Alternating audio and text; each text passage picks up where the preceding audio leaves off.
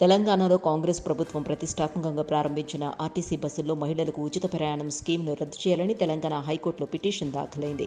ఉచిత ప్రయాణ సౌకర్యం కల్పిస్తూ ప్రభుత్వం జారీ చేసిన జీవో నెంబర్ 47ను రద్దు చేయాలని కోరుతూ హైదరాబాద్ నాగోలుకు చెందిన హరీందర్ హైకోర్టులో ప్రజాప్రయోజన వ్యాఖ్యం దాఖలు చేశారు. మహిళలకు ఫ్రీ బస్సు జర్నీ వల్ల ఆర్టీసీ బస్సుల్లో ప్రయాణికుల రద్దీ తీవ్రంగా పెరిగిందని, కుటుంబంతో కలిసి వెళితే ఆర్టీసీ బస్సుల్లో నిలబడే పరిస్థితి లేదని పిటిషనర్ పేర్కొన్నారు. డబ్బులు పెట్టి టికెట్ కొన్నప్పటికీ సీటు దొరికే పరిస్థితులు లేవని అన్నారు. కాగా ఈ పిటిషన్పై తెలంగాణ హైకోర్టులో ఇవాళ విచారణ జరగగా ధర్మాసనం కీలక నిర్ణయం తీసుకుంది.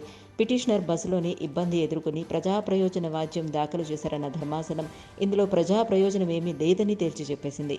ఉచిత ప్రయాణ సౌకర్యం కల్పిస్తూ ప్రభుత్వం జారీ చేసిన జీవో నెంబర్ 47ను రద్దు చేయాలని పిటిషనర్ దాఖలు చేసిన ప్రజా ప్రయోజన వాద్యాన్ని రిట్ పిటిషన్గా మార్చాలని ఈ సందర్భంగా రిజిస్ట్రార్ని ధర్మాసనం ఆదేశించింది. ఈ పిటిషన్పై తదుపరి విచారణను హైకోర్టు వాయిదా వేసింది.